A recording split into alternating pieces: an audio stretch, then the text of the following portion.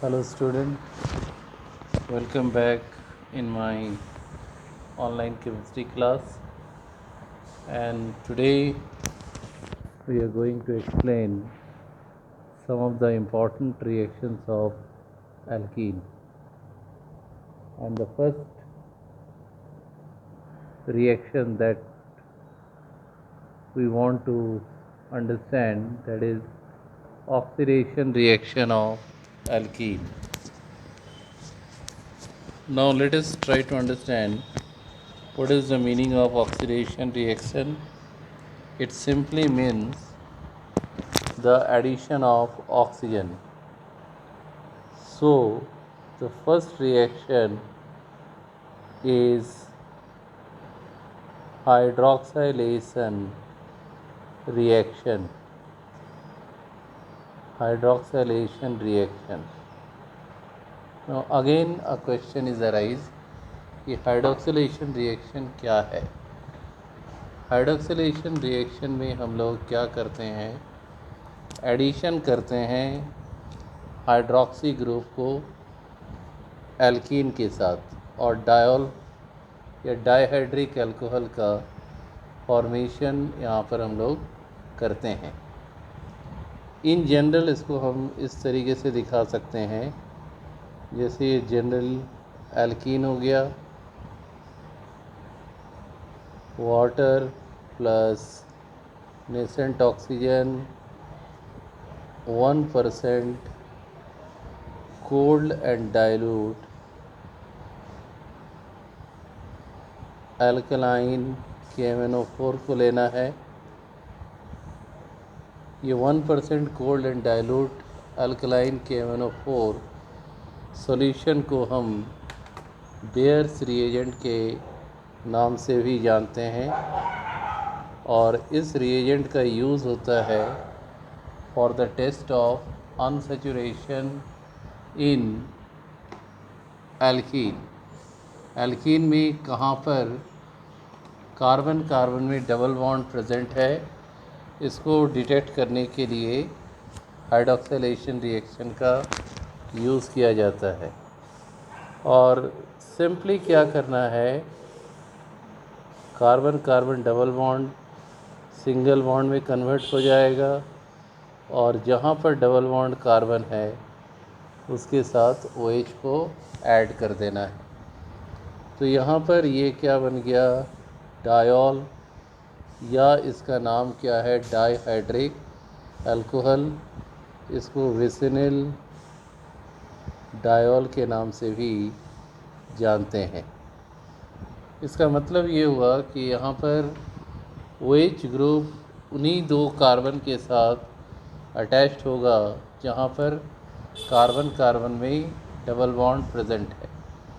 अब इसके कुछ मेन पॉइंट्स जो हम लोगों ने डिस्कशन किया कि इस रिएक्शन का मीनिंग क्या है, हाइड्रोक्सिलेशन रिएक्शन ऑफ एल्कीन. तो एल्कीन में कार्बन कार्बन डबल बॉन्ड वाले पार्ट में OH ग्रुप को ऐड करना, that is called hydroxylation reaction. इस रिएक्शन का यूज़ होता है for the test of unsaturation, और 1% cold and dilute alkaline KMnO4 को हम लोग बेयर्स रिएजेंट के नाम से जानते हैं. और रिएक्शन के बाद जो कलर ऑफ सॉल्यूशन मिलता है वो कलरलेस होता है, और रिएक्शन से पहले ये KMnO4 का कलर जो है डीप वायलेट या पर्पल कलर का होता है, रिएक्शन के बाद ये कलरलेस हो जाता है. तो ये general form of the reaction हम लोगों ने यहाँ पर करके दिखाया. अब इसी को अगर हम लोग अलग तरीके से करते हैं, कोई एक एग्ज़ाम्पल ले ले, तो फिर कैसे करना है. बहुत सिंपल कॉन्सेप्ट बता रहा है.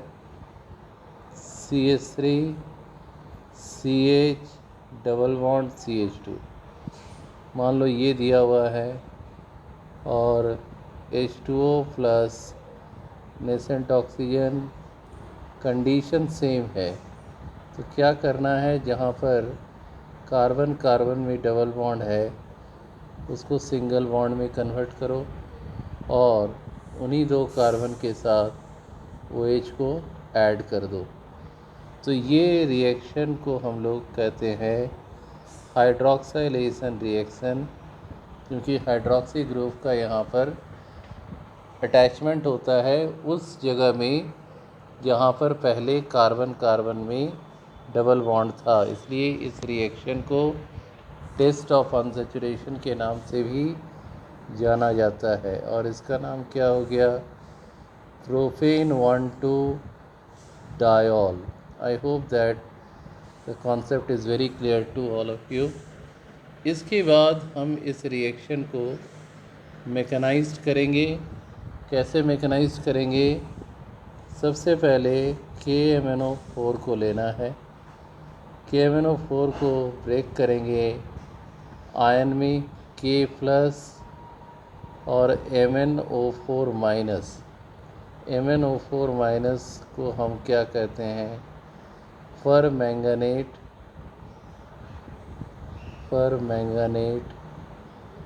Ion. This is known as permanganate ion. अब इस परमैंगनेट आयन के साथ हमें क्या करना पड़ेगा? एल्कीन को इंटरैक्ट कराना पड़ेगा। बहुत सिंपल सा कॉन्सेप्ट।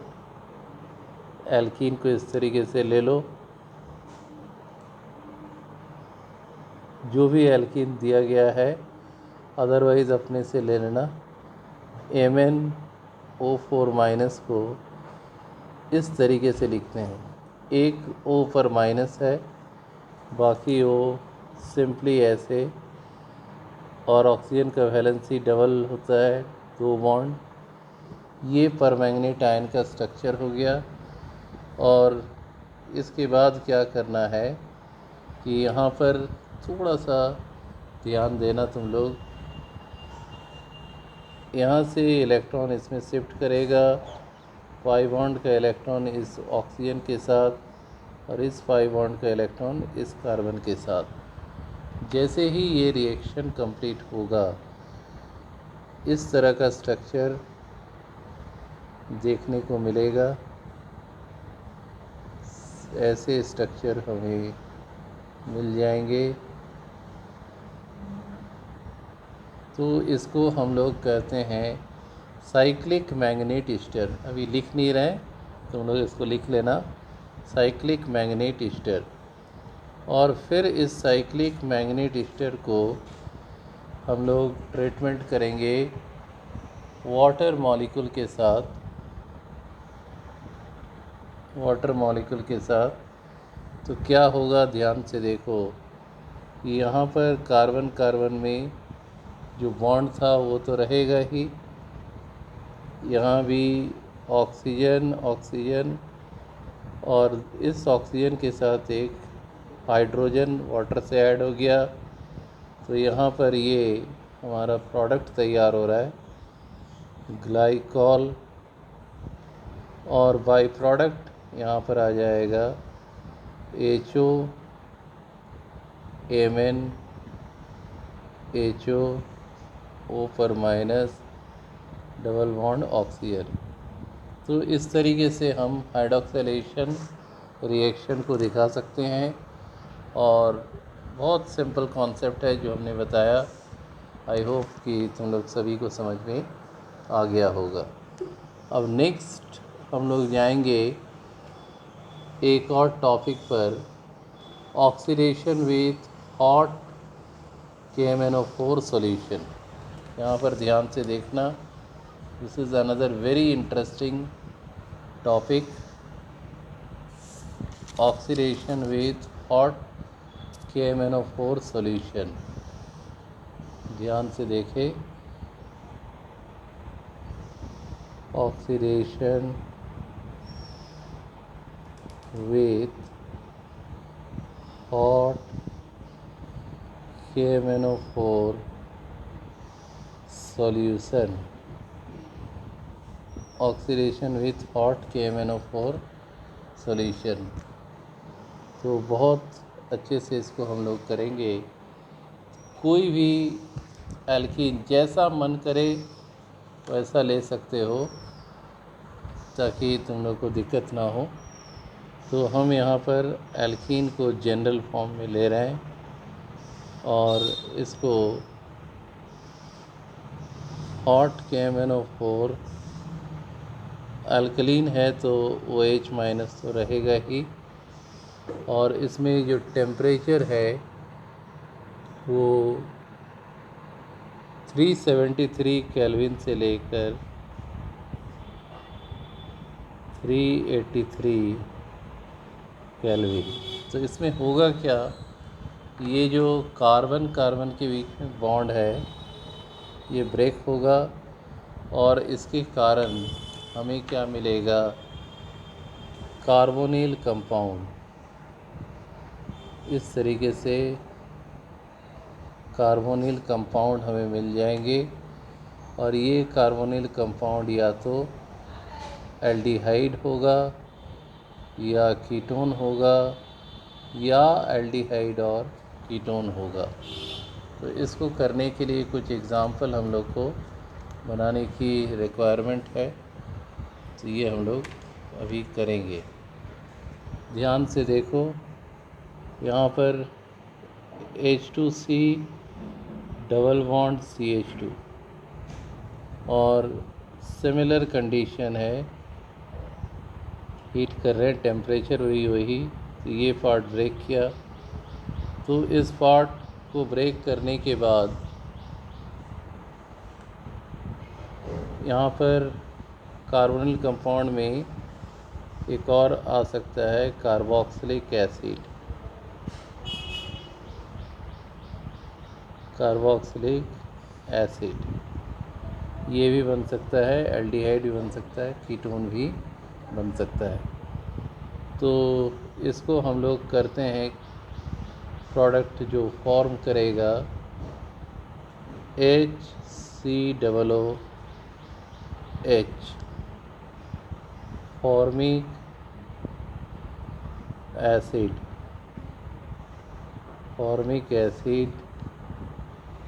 और इधर एक कार्बन है तो एक कार्बन का रिस्पेक्ट में फॉर्मिक एसिड, क्योंकि इसमें भी एक कार्बन, इस तरफ भी एक कार्बन है, तो यहाँ पर क्या हो गया, फॉर्मिक एसिड।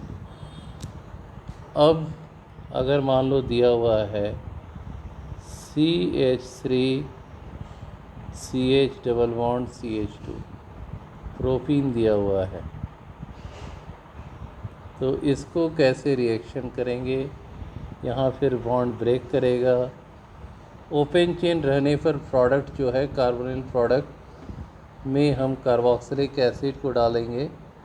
कार्बोक्सिलिक एसिड, इधर 2 कार्बन है तो यहाँ पर क्या आ गया, CH3COOH एसिटिक एसिड, और इस तरफ सिंगल कार्बन है तो HCOOH यानी फॉर्मिक एसिड। तो इन सब का नाम ज़रूर लिखें, बहुत important, acetic acid and formic acid. और अगर मान लो ब्रांच रहता है, इस तरह का ब्रांच एल्कीन रहता है, किसी भी तरह का एल्कीन देगा, अगर ट्रिक्स को फॉलो करोगे तो बहुत आसानी से बना सकते हो। तो ये वाला पार्ट, ब्रांच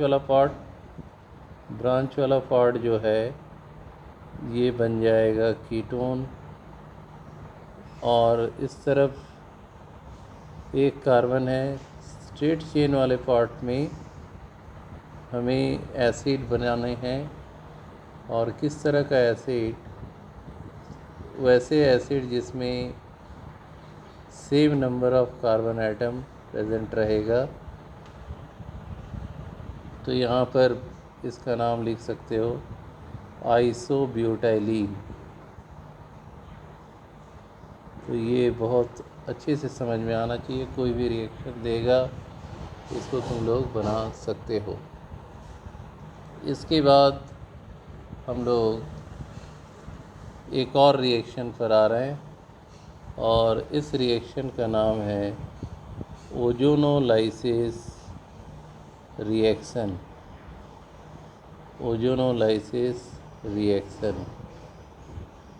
स्टेटमेंट मैं बोल दे रहा हूँ, तुम लोग लिख लेना। When alkene reacts with ozone it produce alkene ozonide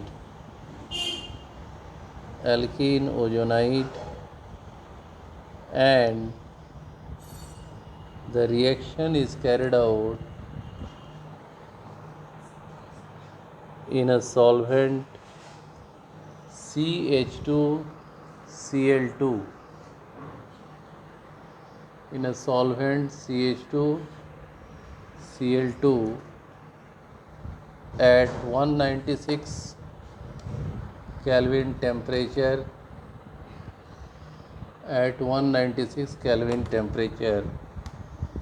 produces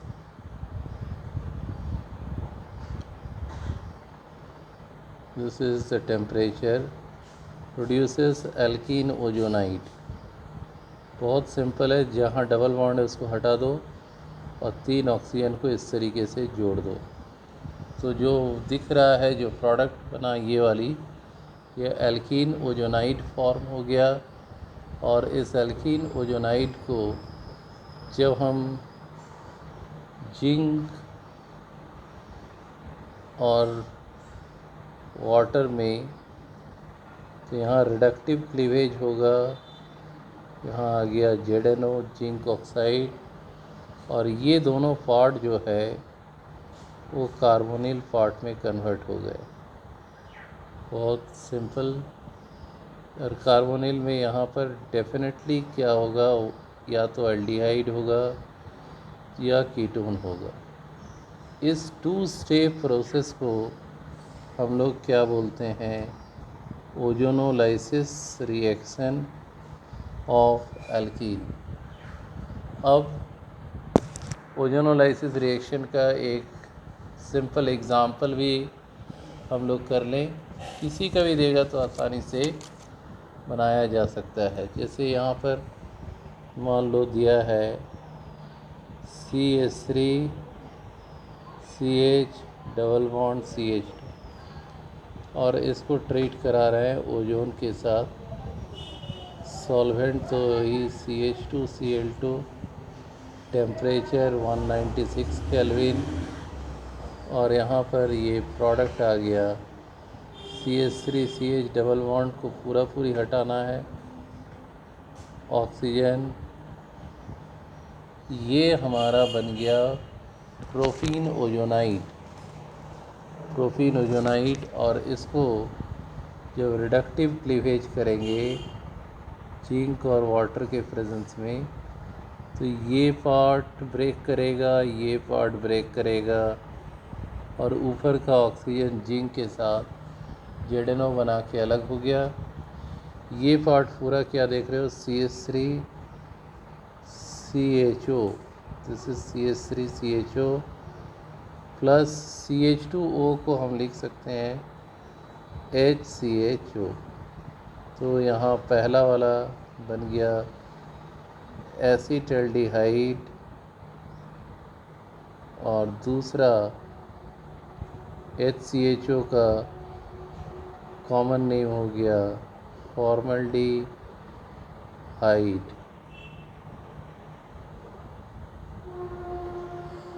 तो इस सेशन में बस यहीं तक। अगले क्लास में, अगले टॉपिक में कुछ और नए टॉपिक के साथ। Till then, thank you and good bye.